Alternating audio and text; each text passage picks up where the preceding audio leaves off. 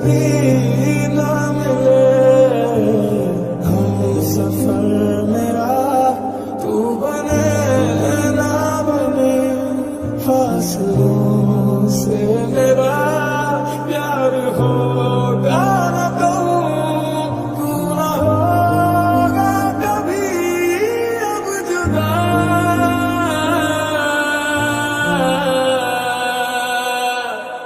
मैंने तेरा नाम दिल रख दिया मैंने तेरा नाम दिल रख दिया रखेगा तू मुझे में सदा मैंने तेरा नाम दिल रख दिया बेवास्ते कभी मेरा ये प्यार ना होगा तुम मैंने तेरा नाम दिल रख दिया मैंने तेरा नाम दिल रख दिया रखेगा तू मुझे में सदा मैंने तेरा नाम दिल रख दिया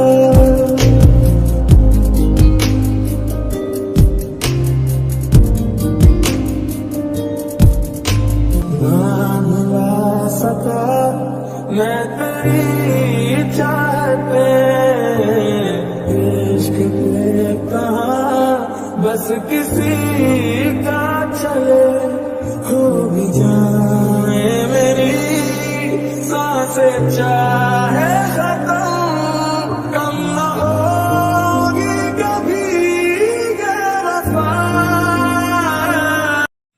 গুড মর্নিং ফ্রেন্ডস, আশা করি তোমরা সবাই ভালো আছো, আমিও ভালো আছি। Welcome back to my channel Debashree Dinlipi. আর দেখো, আমার ব্যাকগ্রাউন্ড দেখে নিশ্চয়ই তোমরা বুঝতে পারছো না যে আমি কোথায় আছি। আর যারা আমার পুরনো বন্ধু আছো তারা বুঝতে পারবে, কারণ আমি আছি আমার ছোটো ননদের বাড়িতে। এই যে বিভিন্ন রকমের ফুল, এই যে বাগান, তো একমাত্র এদের বাড়িতেই পাওয়া যায়। তো চলো, পুরো বাগানটা তোমাদের সাথে আমি শেয়ার করছি, পুরো ভিডিওটা দেখতে থাকো। আর আমরা এসেছি কালকে সন্ধ্যেবেলা, আজকে ছাড়লো না, আজকে থাকলাম, কালকে সকালে আবার বাড়ি ফিরবো। তো তো চলো দেখতে থাকো পুরো ভিডিওটা। আমার বর, আমার ননদের বর, এরা সবাই একটু বেরিয়েছে, আর আছি আমরা তিনজনে এখন রান্নাবান্না করছি। তো রান্নাবান্নার ফাঁকেই ভাবলাম যে তোমাদের জন্য ভিডিওটা শুরু করি। ভিডিও করতে করতে আমি দেখতে পেয়েছি গাছে কটা শিম ধরে আছে, বুঝলে। চলো তুলে নিই চটপট করে। তো এই দেখো, শক্ত হয়ে গেছে শিমগুলো, খাওয়া যাবে না মনে হয়, না নরম কি জানি, কাঠ শিম না। নিয়ে নি একটা শাকে দিয়ে দেবো।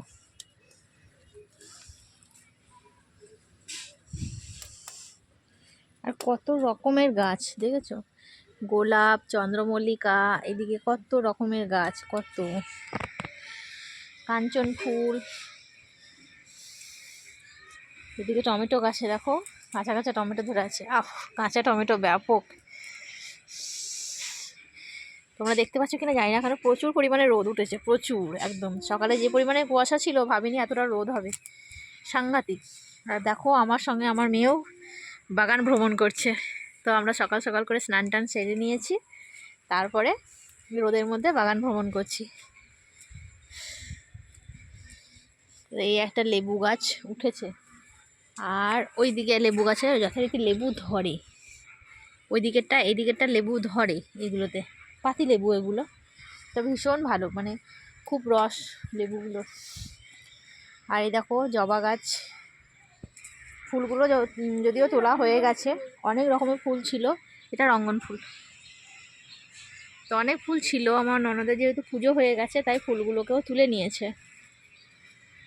এদিকে দিয়ে জঙ্গল, এদিকে দিয়ে যাবো না, ওইটা দিয়ে রাস্তা আছে মনে হচ্ছে, না কাঁটা থাকতে পারে, ওইটা দিয়ে চল। এটা জয়ন্তী ফুল, এটা আমি নতুন দেখলাম, তো চলো তোমাদের সাথে শেয়ার করছি। এটা দিয়ে আবার ফিরে যায়, প্রচুর জায়গা ওদের, প্রচুর। বাগানটা ভীষণ সুন্দর। তো এই দেখো, এটা জয়ন্তী ফুল, আমি ফার্স্ট টাইম দেখলাম, এটা কখনো দেখিনি আমি, খুব ভালো লাগছে আমার। আর গোলাপগুলো তো জাস্ট অসাধারণ, দারুণ দারুণ। এটা একটু পিঙ্ক কালার দেখছি, আর ওইগুলো একদম ডিপ পিঙ্ক কালারে, দারুণ লাগছে।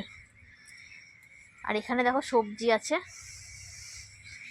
এখানে আছে লাল শাক আছে, মূলো, ধনেপাতা, আর ফুলকপি ধরেছে, দাঁড়াও তোমাদের দেখায়। আর এই টমেটো গাছগুলো দেখো, টমেটো ধরেনি। এই দেখো ফুলকপি দেখেছ, এই দেখো গাছের ফুলকপি, আর পাশে ওইটাতেও ধরে আছে।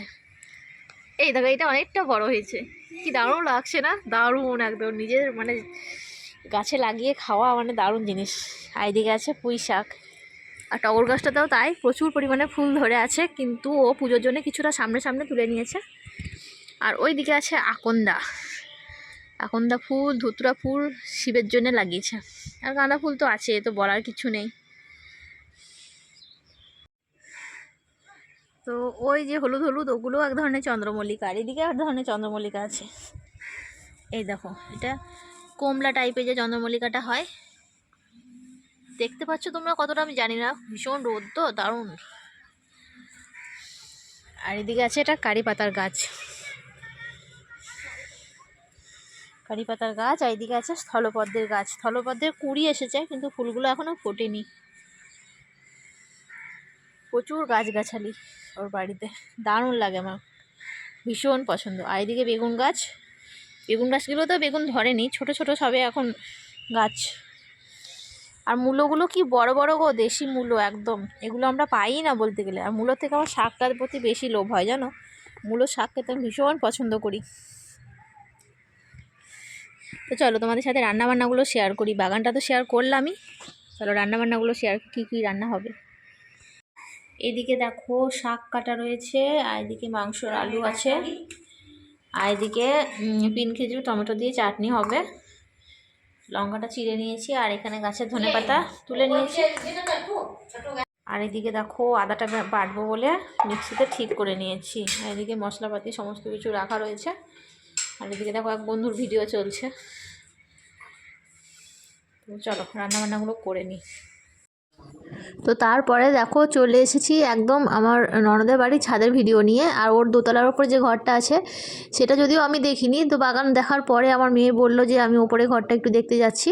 তো দেখতে গিয়ে ও কখন কখন ভিডিওটা করে নিয়ে এসেছে আমি জানতামই না। তো এডিটিং করতে গিয়ে দেখলাম যে ভিডিওটা আছে, তো সেটা এই ভিডিওর সাথে আমি দিয়ে দিলাম। তো ওপরে ঘরটা তো অসম্ভব সুন্দর, মানে ভীষণ সুন্দর, একটা কি বলবো, একটা ফ্যামিলি বাস করার মতো সমস্ত কিছু যোগাযন্ত্র করা আছে।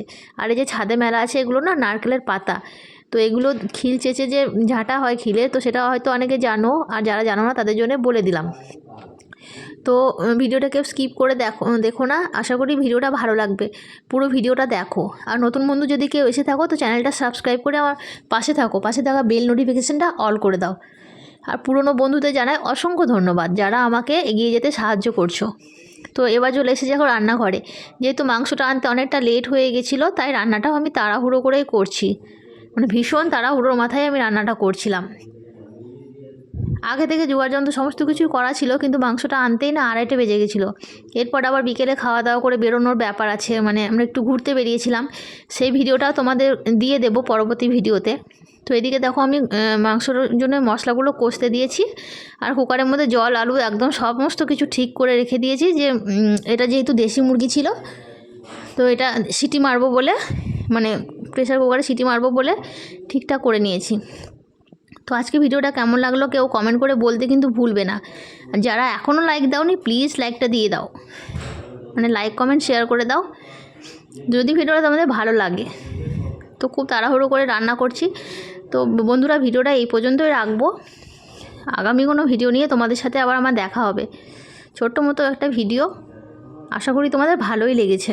তো দেখো কুকারের মধ্যে এদিকে আলু ঠিক করা আছে, আলুটা ভাজবারও টাইম পাইনি, মানে এত তাড়াহুড়োর মধ্যে রান্না করেছি। আর এদিকে দেখো মাংসটা কষাতে আরম্ভ করেছি। আর যে ধনেপাতাটা কেটে রেখেছিলাম সেটা আর মাংসতে দিইনি, সরাসরি একদম কুকারের মধ্যে দিয়ে দিয়েছি। আর একদম কুকারে দিয়ে সিটি মেরে আজকে আর খাওয়া দাওয়া তোমাদের সাথে শেয়ার করব না। তো আজকের মতো টাটা, সবাই ভালো থেকো, সুস্থ থেকো।